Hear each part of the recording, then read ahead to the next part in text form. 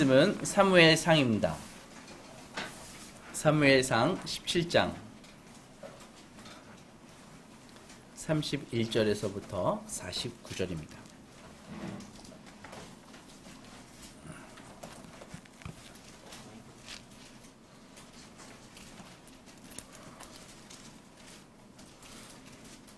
같이 읽도록 하겠습니다.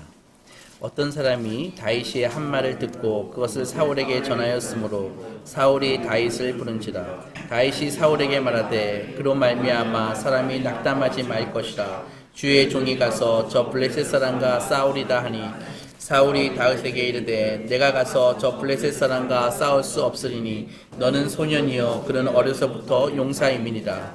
다윗이 사울에게 말하되 주의 종이 아버지의 양을 지킬 때 사자나 곰이 와서 양떼에서 새끼를 물어가면 내가 따라가서 그것을 치고 그 입에서 새끼를 건져내었고 그것이 일어나 나를 해하고자 하면 내가 그 수염을 잡고 그것을 쳐 죽였나이다. 주의 종이 사자와 곰도 쳤은즉 살아계시는 하나님의 군대를 모욕한 이 할례 받지 않는 블레셋 사람이리이까 내가 그 짐승의 하나와 같이 되리이다. 또 다윗이 이르되 여호와께서 나를 사자의 발톱과 곰의 발톱에서 건져내셨은즉 나를 이 블레셋 사람의 손에서도 건져내시리이다. 사울이 다윗에게 이르되 가라 여호와께서 너와 함께 계시기를 원하노라. 이에 사울이 자기 군복을 다윗에게 입히고 노투구를 그의 머리에 씌우고 또 그에게 갑옷을 입히며 다윗이 칼을 군복 위에 차고는 익숙하지 못함으로 시험적으로 걸어보다가 사울에게 말하되 익숙하지 못하니 이것을 입고 가지 못하겠나이다 하고 곧 벗고 손에 막대기를 가지고 시내에서 매끄러운 돌 5을 골라서 자기 목자의 제구 곧 주머니에 넣고 손에 물매를 가지고 블레셋 사람에게로 나아가리라. 블레셋 사람이 방패 든 사람을 앞세우고 다윗에게로 점점 가까이 가가니라. 그 블레셋 사람이 둘러보다가 다윗을 보고 업신여기니 이는 그가 젊고 붉고 용모가 아름다우리라. 블레셋 사람이 다윗에게 이르되 내가 나를 개로 여기고 막대기를 가지고 내게 나아왔느냐 하고 그의 신들의 이름으로 다윗을 저주하고 그 블레셋 사람이 또 다윗에게 이르되 내게로 오라. 내가 내 살을 공중의 새들과 들짐승들에게 주리라 하는지라. 다윗이 블레셋 사람들에게 이르기를 너는 칼과 창과 단창으로 내게 나오거니와 나는 만군의 여호와의 이름 곧 내가 모욕하는 이스라엘 군대의 하나님의 이름으로 내게 나아가노라. 오늘 여호와께서 너를 내 손에 넘기시니 블레셋 군대의 시체를 오늘 공중의 새와 땅의 들짐승들에게 주어 온 땅으로 이스라엘의 하나님이 계신 줄 알게 하겠고 또 여호와의 구원하심이 칼과 창에 있지 아니함을 이 무리에게 알게 하리라. 전쟁은 여호와께 속한 것인즉 그가 너희를 우리 손에 넘기시리라. 블레셋 사람이 일어나 다윗에게로 마주 가까이 올 때 다윗이 블레셋 사람을 향하여 빨리 달리며 손을 주머니에 넣어 돌을 가지고 물매로 던져 블레셋 사람의 이마에 치매 돌이 그의 이마에 박히니 땅에 엎드러지니라. 아멘.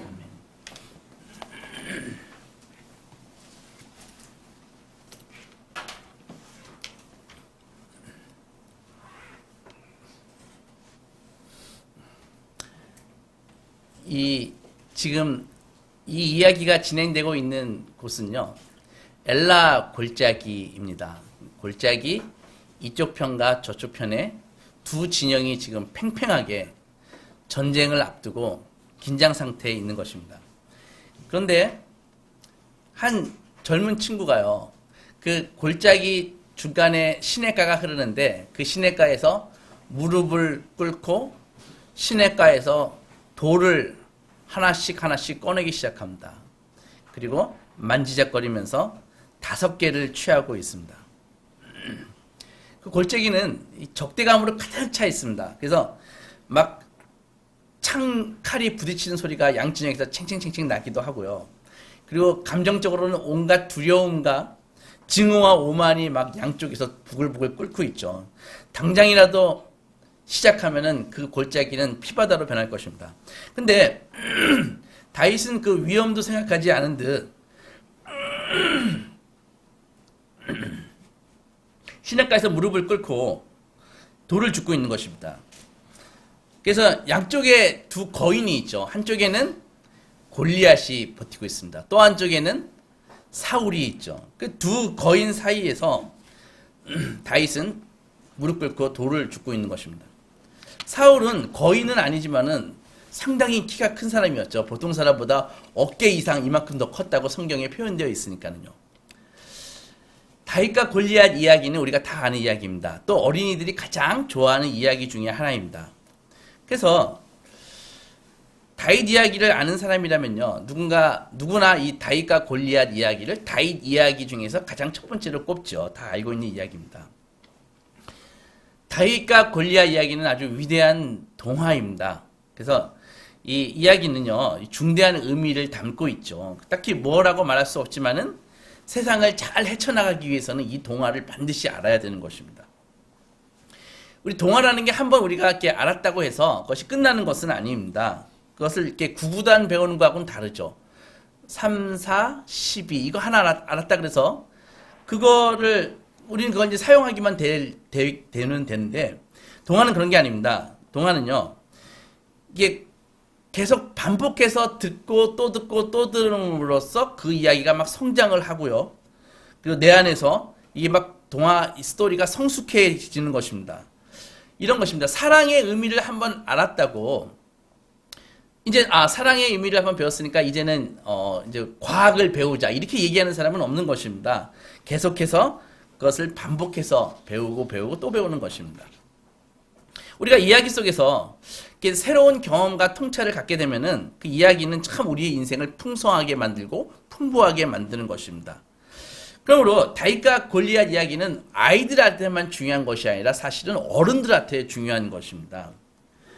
많은 성인의 삶이요, 매우 빈곤하죠. 왜 그럴까요? 왜 인생이 이렇게 팍팍해질까요? 우리 어른들의 삶이요. 그것은 어린 아이 때 품고 있었던 동화를 다 잃어버렸기 때문입니다. 그러니까는 인생에서 어른이 되면 될수록 다는 아닙니다. 많은 사람들이 인생이 팍팍하고 빈곤하고요. 그리고 감동이 없습니다. 그리고 짜증과 불평이 늘어가는 그런 삶을 살고 있습니다. 다윗 이야기의 이 주제는요, 사실 인간이 되는 것입니다. 그러니까 인간이 되는 것이죠. 우리가 성장하기 위해서 해야 할 일이 무엇일까요? 앞에서 지난 달 말에 설교했던 주제 중에 다윗 이야기 첫 번째를 하면서 제가 이런 말씀을 드렸습니다. 모든 성도는요, 하나님께서 이름을 주신다고요. 그래서 두 개의 이름을 우리는 갖는다고 얘기했지 않습니까? 첫째는 부모님이 지어준 이름이 있고, 두 번째는 우리는 하나님으로부터 지음을 받아야 된다고 말씀드렸습니다. 그리고 그 의미가 무엇입니까? 우리도 동의하지 않고, 우리 주위도 동의하지 않지만 사실은 우리가, 성도가요, 하나님이 그분의 목적을 위해서 우리를 뽑으신 존재라는 것. 그게 첫 번째로 말씀드렸던 것입니다. 그리고 지난주에 뭐라고 말씀드렸습니까? 우리가 하나님께서 우리를 이제 일의 세계로 초청하시는데, 기름 부음을 받았다는 것은 일거리를 받는 거라고 말씀드렸죠. 그러니까 성령의 기름 부음을 받는다는 것이 무슨 정신적으로 하나님께 일을 받는 거라고 그렇게 말씀드렸지 않습니까? 기름을 부음을 받는 것이. 그래서 그 일을 수행하는데 우리의 정체성이 왕 같은 제사장으로서 왕업을 수행하는 거라고 말씀드렸잖아요. 그래서 하나님의 일을, 우리의 일을 통해서, 직업을 통해서 나타내는 것, 그것이 두 번째 이야기고, 오늘 세 번째 이야기는 이런 것입니다. 우리를 막 사로잡는 그런 존재가 있는데, 하나는 골리앗입니다. 그래서 골리앗이 우리를 막 사로잡으려고 합니다. 그런데 우리가 골리앗에게 사로잡히지 않으려면은 하나님에게 사로잡혀야 된다. 성도는, 모든 사람은 두 가지 경우다. 하나는 골리앗에 사로잡혀 있든지, 하나는 하나님께 사로잡혀 있든지, 그 두 가지 경우인데, 오늘은 그것을 좀 살펴보도록 하겠습니다. 이 세 가지는 아까 말씀드렸던 세 가지, 하나님께 이름을 받는 것, 왕업을 수행하는 것, 그리고 하나님께 사로잡히는 것은 성도의 베이스입니다. 이게 깔리지 않으면은 제대로 신앙생활을 할 수 없다, 그런 것입니다. 이 지역은 에베스 담밈이라는 골짜기입니다. 사무엘상 이렇게 16, 17, 18이 길기 때문에 다 오늘 읽지 못했는데요. 지금 전장이 벌어지는 있는 지역 이름은 에베스 담밈입니다. 거기서 구체적으로 엘라 골짜기에서 지금 양쪽이 편이 쫙 깔려가지고 지금 싸움을 하고 있는 것인데요. 이 엘라 골짜기를 지금 주름 잡고 있는 한 인물이 있습니다. 그 인물의 이름은 골리앗입니다. 그의 키가요, 성경에 의하면은 거의 3m에 육박합니다. 안악자손이죠. 지금은 아무리 농구 선수 NBA 커도 한 2m 20, 30 정도 되지 않습니까? 진짜 큰 사람이요. 거의 드물죠. 그런데 골리앗은 3m에 육박을 합니다. 그리고 그가 갖고 있는 그 창의 무게가 한 11kg가 넘는데 그것을 거의 아이언샷 휘둘르듯이 자유롭게 휘두를 정도로 골리앗은 막강한 그런 피지컬한 스펙을, 육체적인 그런 어마어마한 힘을 갖고 하나에 버티고 있는 것입니다. 그래서 그를 상징하는 것은 야만성 이런 게 막 떠오르지 않습니까? 그리고 잔인한 것, 그리고 어마어마한 덩치. 세상에 3m가 육박하면은 요게 3m가 안 됩니다. 그러니까 이거보다 천장을 뚫고 가는 사람이 서 있다고 생각해 보십시오. 어마어마하죠.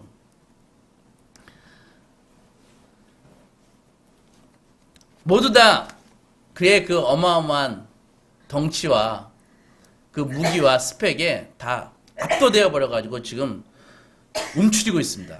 그런데 잘 관찰해 보면은요, 이 골리앗에게 압도당한 사람들은요, 다윗을 보잘것없게 봅니다. 골리앗 앞에 골리앗을 두려워하는 사람들은 다윗을 보고 다 다윗을 우습게 생각하는 것입니다. 그게 두 양자가 같이 딱 맞닿아 있는 것입니다. 잘 생각해 보겠습니다. 아버지가 다윗에게 심부름 시켰죠. 야, 형들, 그래도 이세의 아들 그 8명 중에서 대표 선수 3명이 있지 않습니까? 큰형 엘리압, 그 다음에 누구입니까? 셋째가 삼마, 그 다음에 둘째가 둘째. 근데 세 형들이 동생이 그렇게 치즈 10덩이, 빵 10덩이, 그리고 곡식 갖고 왔으면은, 얼마나 성의가 기특해요. 그래서 동생을 막 맞이해야 될 거 아니에요. 그런데 엘리압이 동생을 막 꾸짖지 않습니까? 너 전쟁 구경하러 왔지. 응? 내가 너 교만한 거 다 알아. 막 꾸짖지 않습니까? 그러니까는 이 골리앗 앞에 압도되어 있는 사람은 다윗을 우습게 보는 것이죠. 우습게 보는 것이죠. 그러나 다윗은요, 골리앗에게 사로잡혀서 두려워하는 마음이 아니라 믿음의 자산을 가지고 엘라 골짜기에 등장했습니다. 사람들이 이방신을 믿는 블레셋 거인 앞에서 웅크리고 있는 것을 다윗은 이해할 수가 없었습니다. 다윗은 이렇게 생각했습니다. 야, 우리 이거 살아있는 이스라엘 하나님의 군대인데 이 군대가 왜 저 사람 앞에 두려워할까? 이렇게 생각을 했다는 것입니다. 그러니까는 다윗이 생각하는 세계가 있고 골리앗을 두려워하는 사람들의 세계가 있는데 다윗이 생각하는 세계에서의 그 육체적인 거인은 사실은 그렇게 큰 존재가 아니었다는 것이죠. 그런데 다윗이 속해 있지 않는 그런 골리앗을 두려워하는 사람에 속해 있는 대부분의 사람들은 골리앗은 굉장히 두려운 존재인 것입니다. 다윗은요, 베들레헴 언덕에서 양을 치면서 하나님이 얼마나 위대하신 분인지를 체험을 했습니다. 그는 양을 치는데 그 지역에 곰이 있었나 봐요. 사자는 그 중동에 지금도 있는데 곰이 나타나고 사자가 나타날 때 공격이 있을 때마다 다윗은 하나님을 의지해서 싸웠다라고 되어 있습니다. 그래서 그는 그때마다 승리를 주시는 하나님을 경험을 했죠. 그런데 그 경험이 하나님을 의지해서 승리했던 그 경험이 그에게 자산이 된 것입니다. 그게 막 축적이 된 것입니다. 그래서 그제 그 축적된 자산이 다윗의 상상력을 지배하게 되는 것이죠. 그러니까는 어떻게 똑같은 사람인데 두 가지 상상력이 있는 것이죠. 하나님을 의지해서 승리한 경험이 축적돼 가지고 이루어진 다윗의 상상력은 골리앗을 볼 때 그건 아무것도 아닌 것처럼 보인다는 것이죠. 그런데 대부분의 사람들은 아닙니다. 어떻게 골리앗이 아무것도 아닌 사람처럼 보이나요? 당장 3m가 넘는 거인이 서 있는데 나랑 싸우겠다고. 그리고 칼과 창과 단창으로 무장한 거인이 있는데 어떻게 안 두렵습니까? 그런데 그 믿음의 자산을 착착착착 쌓아왔던 다윗의 눈에는 골리앗이 두렵지 않았다는 것입니다. 하나님의 임재를요, 철저히 연습을 했습니다. 다윗은요. 연습을 한 다윗에게는 이 물리적으로 들리지 않죠. 하나님의 음성이요. 하나님의 음성이 물리적으로 들립니까? 아주 특별한 경우에는 없습니다. 저도 한 번도 물리적으로는 못 들어본 것 같아요. 긴가민가한 거는 있는데. 근데 물리적으로 하나님의 음성이 들리지 않는데 다윗의 세계는 물리적으로 들리지 않는 하나님의 음성이 물리적으로 들리는 그 골리앗의 저주보다 훨씬 더 실질적으로 느껴진다는 것이죠. 기도하고 노래하고 묵상하고 찬미했던 가운데 그 형성된 그의 상상력, 다윗의 상상력 속에는 양과 곰과 사자를 모두 압도하는 더 크고 거대한 그 무언가가 확 자리 잡고 있었는데 그게 바로 하나님이라는 것입니다. 철저히 하나님께 사로잡힌 상상력을 갖고 있었기에 그 에바스 담밈에서 펼쳐지는 광경을 이해할 수가 없었습니다. 골리앗이 무서워? 왜 무섭지? 골리앗 공포증? 골리앗이 무서워 맥을 못 추고 있는 저 사울과 그의 군대는 다윗이 보기에는 영혼에 병들린 정말 악성 종양보다 더 악한 병에 걸린 그런 존재로밖에 보이지 않는 것입니다. 상상해 보십시오. 다윗이 던질 돌을 고르면서 시냇가에서 무릎 꿇고 있는데, 물론 성경에는 이제 돌 5개를 골랐다고 얘기했는데 무릎 꿇고 있다고 얘기는 나와 있지 않습니다. 하지만 돌을 고르기 위해서는 무릎을 꿇어야지 돌을 고를 수 있는 것이죠. 그런데 무릎 꿇는다는 것은 어떤 의미일까요? 무릎 꿇는다는 것은 굉장히 취약한 것입니다.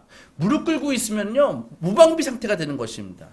상황을 파악할 수가 없습니다. 주변을 살필 수가 없는 것입니다. 이렇게 전장에서는 하지 말아야 할 행동을 서슴지 않고 다윗은 할 수 있었던 것이죠. 그럼 무릎 꿇는 다윗을 골리앗은 경멸하기 시작합니다. 그런 이스라엘 사람들 앞에서 다윗을 너 막대기를 들고 나한테 나왔냐? 네가 나를 개 취급하냐? 이렇게 나와 있거든요. 오늘 성경에 보면은요. 그러니까는 이 계곡 맞은편을 향해서 골리앗이 욕설을 막 퍼붓는데 뭐라고 욕설을 퍼붓냐면 특이한 표현이 있습니다. 그들의 신들의 이름으로 저주를 했다 그렇게 되어 있거든요. 그러니까는 그 욕설들이 막 박격포처럼 막 다윗뿐만 아니라 이스라엘 온 지형의 귀를 막 때리는 것입니다. 여러분들도 이 욕설을 요즘도 듣고 계십니다. 어떤 욕설일까요? 돈의 신 만몬의 욕설을 듣고 있습니다. 주눅 들어 있습니다. 많은 사람들이요. 뭐라고 욕할까요? 돈의 신 그 만몬이 여러분들에게 욕을 합니다. 뭐라고 욕을 할까요? 야, 니네들 통장에 잔고 얼마나 있니? 야, 너희들 노후 준비 잘 되고 있니? 야, 너 좀 힘 있는 사람 아는 사람 있니? 이렇게 욕설과 비아냥을 지금도 골리앗은 우리에게 퍼붓고 있는 것이죠. 그런데 많은 성도들이요, 그 욕설을 그냥 받아들입니다. 그래서 그대로 수용해서 그래, 나 흙수저야 하면서 주눅 들어있는 성도가 얼마나 많습니까?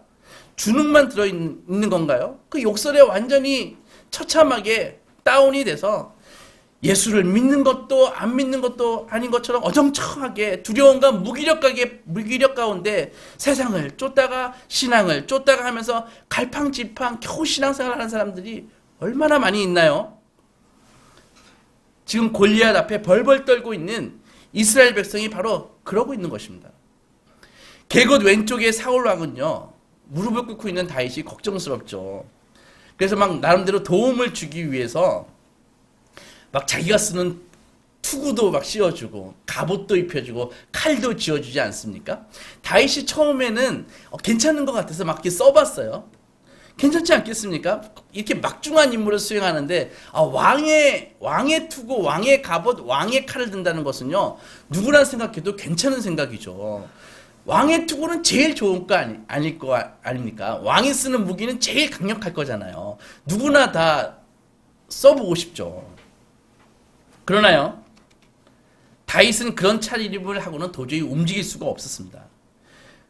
아마 거치장스러운 철갑옷에 눌려서 둔하고 어색하게 뒤뚱거리며 걷게 되었던 것입니다.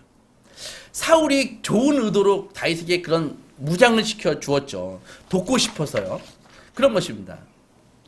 이런 일들은요, 우리 같은 아마추어가 이 전문가의 세상에 좀 발을 들여놓을 때는 반드시 일어납니다. 사람들은요, 우리를 돕는다고요, 우리에게 막 무기를 추천해 줍니다. 무기를 제공해 줍니다. 그리고 막 책도 읽어보라고 주죠, 우리에게. 그리고 또 뭐 해줍니까? 충고를 주고요, 지침을 세워줍니다. 다 그렇게 염려를 해주는 것이죠. 그런데 생각해 보면은 자기네가 그렇게 좋은 무기가 있으면은 지들이 그 무기 갖고 지금 골리앗하고 싸우면 될 텐데 왜 다윗한테 그걸 줍니까? 지들도 사용해서 효과도 별로 못 보는 것을 가지고요. 무슨 말입니까?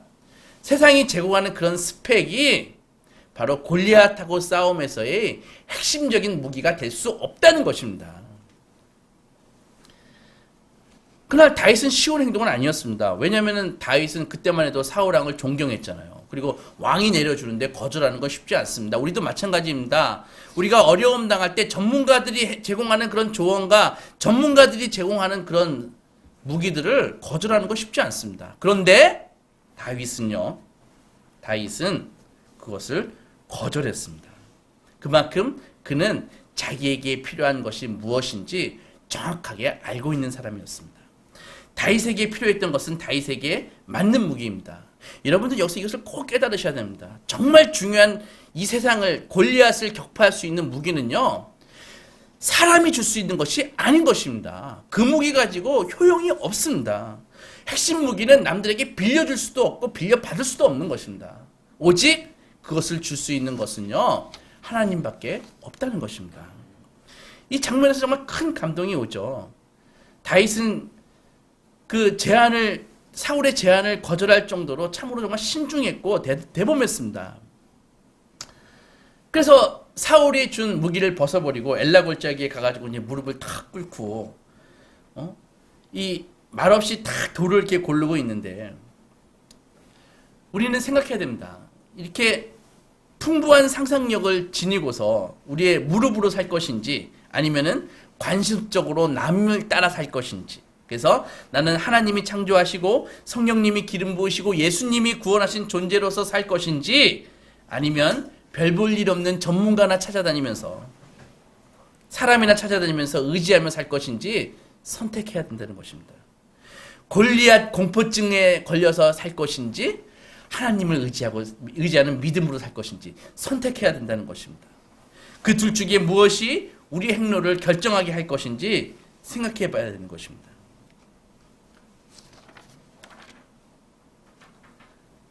사실 그때는 이스라엘 전체의 위기였습니다.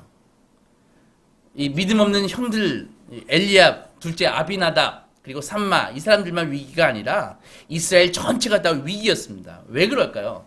그 당시는요, 역사적을 잘 고쳐보면은 이스라엘이 유목 생활을 했잖아요.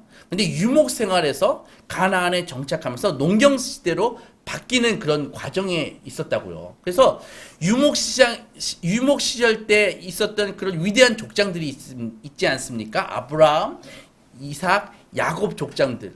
그리고 모세가 있었고, 그리고 여호수아가 있었습니다. 갈렙이 있었습니다. 근데 이분들이 다 죽고, 이제 왕정으로 바뀌면서 사람들이 이렇게 떠돌면서 하나님을 의지하며 살다가 이제 도시를 건설해가지고 문명을 수입하고요. 그러다 보니까는 이 영적으로 도덕적으로 막 타락을 한 것이죠. 그러니까 정체성이 막 흔들리는 것입니다. 신앙을 잃어버리고 거기에다가 이제 강력한 철기 문명을 가진 블레셋의 침공을 받았잖아요. 그러니까 이스라엘 정체성 자체가 완전히 무너질 수 있는 지금 위기 상태라고요.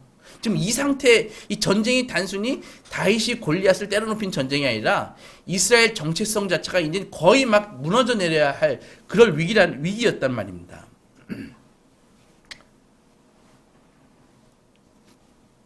위대한 역사를 가졌지만, 족장들의 위대한 역사를 가졌지만 위대한 역사가 그들을 위대하게 만들어주는 것은 아니라는 것입니다. 오늘날도 마찬가지입니다. 부모가 예수 잘 믿는다고 자녀들이 예수 잘 믿을까요? 그런 거 아닙니다. 제가 어렸을 때 다니던 교회는 대부분 아이러니하게 목사님의 아들들이 신앙생활을 제대로 못했습니다. 교회를 안 다닙니다. 그 중에 고등학교 때 다녔던 교회는 목사님 아들이 우리 학교에서 싸움 제일 잘하는 깡패였습니다. 그런데 그래도 그 형이 나쁘지 않은 게, 그 형이 돈도 뺏고 막 그랬는데 그래도 자기네 아버지 교회 다니는 우리는 그 형이 보호해 주었습니다. 그래가지고 저는 안전하게 학교를 다녔죠. 형 보면 형 안녕하세요 그러면서 형이 그래 너 이리 와 통과 그래가지고 그랬다고요. 그런 것입니다. 그러니까 신앙이 이 뭘 얘기합니까? 신앙의 길은요, 각자가 처음부터 배우는 것입니다. 우리가 말을 배우고 걸음마를 배우고 그렇게 하듯이 하나님 믿는 것도 배우는 것입니다. 저절로 되는 것이 아닌 것입니다. 그래서 하나님 믿는 것은요, 정말 말하는 것, 걷는 것만큼 이렇게 똑같이 중요하고 필수 불가결하다는 것입니다. 가장 의미 있고 인간적인 일이라는 것입니다. 신앙은 배우는 것입니다. 트레이닝 하는 것입니다. 근데 배우면 배울수록 그 영혼이요, 생명이 막 넘쳐납니다. 생기가 있고요, 능력이 있습니다. 이렇게 하나님을 정말 배우는 사람의 특징이 무엇입니까? 항상 하나님에 대해서 배고파합니다. 은혜에 대해서 항상 갈급해합니다. 그래서 시편에 이렇게 나와 있잖아요. 목마른 사슴이 신의 물을 찾듯이 내가 하나님을 찾는다고 나와 있지 않습니까? 그러니까 하나님을 막 갈망하게 되는 것이죠. 하나님에 대해서 굶주리는 것이죠. 아무리 예배를 드리고 아무리 은혜를 받아도 또 예배를 드리고 싶고 또 그분의 은혜를 받고 싶고요. 히딩크가 얘기했지 않습니까? I'm still hungry. 나 아직도 배고파. 이게 바로 하나님을 찾는 은혜의 사람의 특징이라는 것이죠. 이게 바로 예배자의 삶입니다. 믿음의 사람에게도 시험은 옵니다. 하지만 그 닥치는 시험이라는 것은요, 적어도 서핑에서 오는 그 파도에 불과합니다. 그 파도를 연하여 가지고 더 깊고 더 넓은 바다로 우리는 나갈 수 있는 것입니다. 그렇게 하나님을 배우는 것을 게으르게 하면 어떻게 될까요? 그 영혼은 하나님을 경험할 수 없습니다. 예배 때마다 예배를 실패합니다. 그래서요, 나중에는 생명이 없는 아주 무기력한 인생을 살다가 내가 믿는 사람인지 안 믿는 사람인지 헷갈리는 그런 불행한 사태까지 가게 되는 것입니다. 왜 예배에 감격이 없을까요? 왜 예배에 하나님의 임재를 느끼지 못하죠? 바로 헌신이 없으니까. 왜 인생이 무기력하지요? 게을러서 하나님 만나는 일을 하지 않으니까. 신앙은 배우는 것입니다. 엄연히 신앙도 수준이 있습니다. 신앙들의 거인이 있고 신앙의 잔챙이가 있는 것입니다. 신앙은 동시에 그것은 가장 공적이고 사회적인 것입니다. 세상은 변합니다. 정치적인 동맹도 변하죠. 부자 가난한 자도 바뀝니다. 사회의 도덕성 역시 강해지기도 하고 약해지기도 합니다. 하나님은 이런 세상에서 그분은 우리에게 말씀하시고 자신의 뜻을 이루십니다. 자기의 백성들을 택하시죠. 이런 세상에서요. 그리고 하나님의 말씀을 듣는 자를 찾으시는 것입니다. 하나님의 말씀에 관심을 갖는 자를 찾는 것입니다. 그리고 하나님의 말씀에 반응하는 자를 찾는 것입니다. 하나님의 부르심에 응답하는 자를 찾으시는 것입니다. 당시 이스라엘에는 그런 사람들이 많지 않았습니다. 요즘은 어떤가요? 정말 믿음 있는 젊은이를 보기가 쉽지 않습니다. 세상이 풍요로워서 그럴까요? 그렇지 않은 것 같습니다. 다들 살기 힘들다고 그러지 않습니까? 그런데 소수의 믿음 있는 젊은이를 보면은 정말 귀합니다. 우리 교회 젊은이들처럼요. 아, 하나님께서 그래도 구루터기를 남겨놓으셨구나. 좀 느낄 수 있습니다. 다윗은 이런 시대에 이런 백성들 가운데서 정말 이 건강하고 거룩하고 신앙적으로 삶을 회복시키기 위해서 하나님이 택하셨다는 것이죠. 비록 알아보는 자는 없었지만 다윗은 점점 더 다윗 안에는 새로운 하나님으로 말미암는 리더십이 생성되고 있었습니다. 아직 왕위에 오르지 않았습니다. 앞으로 왕위에 오르려면 거의 20년을 지금 쫓겨다녀야 할 입장입니다. 그런데도 불구하고 하나님은 다윗을 빚으시는 것이죠.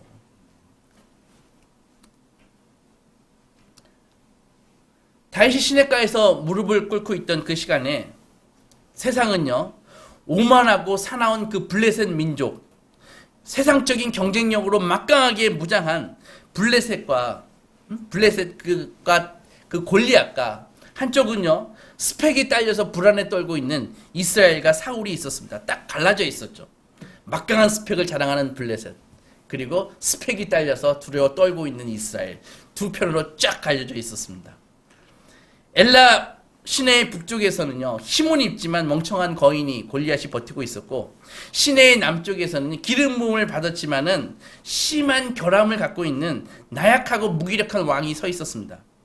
그 둘 사이에 한 젊은이가 시냇가에서 돌을 고르고 있었을 때 사람들은 그것이 얼마나 의미심장한 일인지 몰랐습니다. 다윗이 엘라 골짜기에서 걸어 들어와서 시냇가에서 무릎 꿇기 전까지 우리에게는 보이는 것이 으르렁거리는 힘, 아니면 불안에 떠는 정의, 둘 중에 하나를 선택하라고 강요받고 있었습니다. 그런데요, 시냇가에서 느긋하고 평온하게 돌을 집어들고 있는 다윗은 우리에게 또 다른 대안을 제시합니다. 그 대안이 무엇입니까? 바로 하나님이고 하나님의 길이고 하나님의 구원, 바로 그것인 것입니다. 이제 더 이상 다윗은 무릎 꿇고 있지 않습니다. 다윗은 갑자기 벌떡 일어나더니 막 질주하기 시작합니다. 도망치는 것이 아니라 거인을 향해서, 골리앗을 향해서 빠른 속도로 달려가고 있는 것입니다. 다윗의 형들은 갑자기 황당했습니다. 아, 저 우리 막내가 지금 뭐 하는 거야? 저 녀석이 보고 있었죠. 사울은 걱정이 돼가지고 막 걱정이 많이 됐죠. 아, 나를 위로해 주던 저 음악가, 저 꼬마가 지금 뭐 하는 거야? 이렇게 생각하지 않았겠습니까? 그런데요, 골리앗도 쿵쿵 다윗을 향해서 가다가 갑자기 흡짓 놀라서 멈춰섰습니다. 모두 다 도무지 처음 본 광경이 눈앞에서 펼쳐지는 것이죠. 너무나 순식간에 정말 빠른 동작으로 블레셋 군인들과 이스라엘 군인들은 어리둥절하게 쳐다볼 뿐이었습니다. 다윗의 물매가 두세 번 휙휙 돌더니 엘라 시냇가에서 골리앗을 잡겠다고 주슨 5개의 돌 중에 하나가 세차게 날아가가지고 블레셋인의 골리앗의 이마에 퍽 하고 돌이 박혀버렸습니다.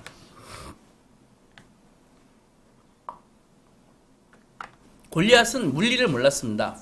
물리를 몰랐습니다. 그래서요, 각 운동량, 앵귤러 모멘텀이라는 개념을 몰랐던 것이죠. 200g 정도의 이 돌이 회전력을 받아가지고 회전하면서 토크가 생겨가지고 날아갈 때 그게 어느 정도 충격량이 생성되는지 개념이 없었습니다. 그 정도 돌만 해도요, 인간의 머리 정도는 쉽게 부셔버릴 수 있습니다. 거인은요, 정신을 잃고 쿵 쓰러져 버렸습니다.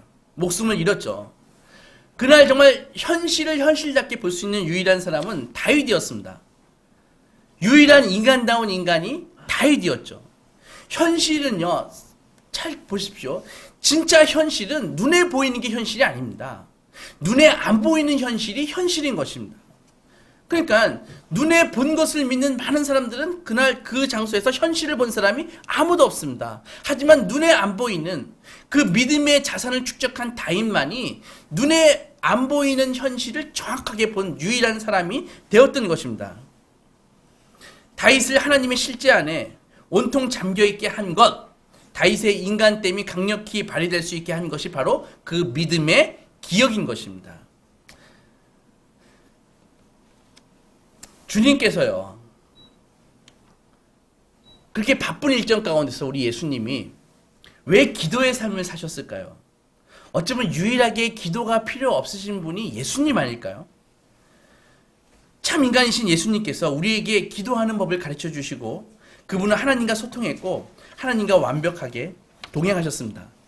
그분은 하나님과의 그 영원 전부터 있었던 교제 가운데 믿음의 히스토리를 갖고 계셨던 분입니다. 그래서 그 창세전부터 하나님과 누렸던 그 교제, 그것이 바로 그분의 예수님의 자산인 것입니다. 그 자산이 있었기에 정말 인류 구원이라는 어마어마한 그 대업을 죽기까지 순종하심으로써 이루실 수 있었던 것입니다. 절대로 그냥 그 일을 이룰 수 있었던 것이 아닙니다. 그러니까 모든 성도는 이 하나님과의 그 믿음의 역사가 있으셔야 됩니다. 살다 보면은요, 우리에게 곰이 달려듭니다. 여러분들 곰 많이 만나보셨잖아요. 곰. 그죠? 그 곰이 왔을 때 하나님의 능력으로 그 곰을 잡을 수 있어야 됩니다. 잡아보셨어야 됩니다. 사자가 우리에게 달려듭니다. 살다 보면요. 그러면은 사자굴에 우리가 떨어질 때 예수님과 함께 사자와 함께 그 하룻밤을 지낼 수 있었어야 하는 것입니다. 풀무불에 던져질 때 주님과 동행함으로써 머리끝 하나 타지 않는 그런 경험이 있어야 되는 것입니다. 이것이 바로 성도의 자산이라는 것이죠. 하나님이 나를 어떻게 다루시고 인도하시고 이끌어 주셨는가가 바로 그 성도의, 우리 성도의 자산인 것입니다. 고난 중에 계십니까?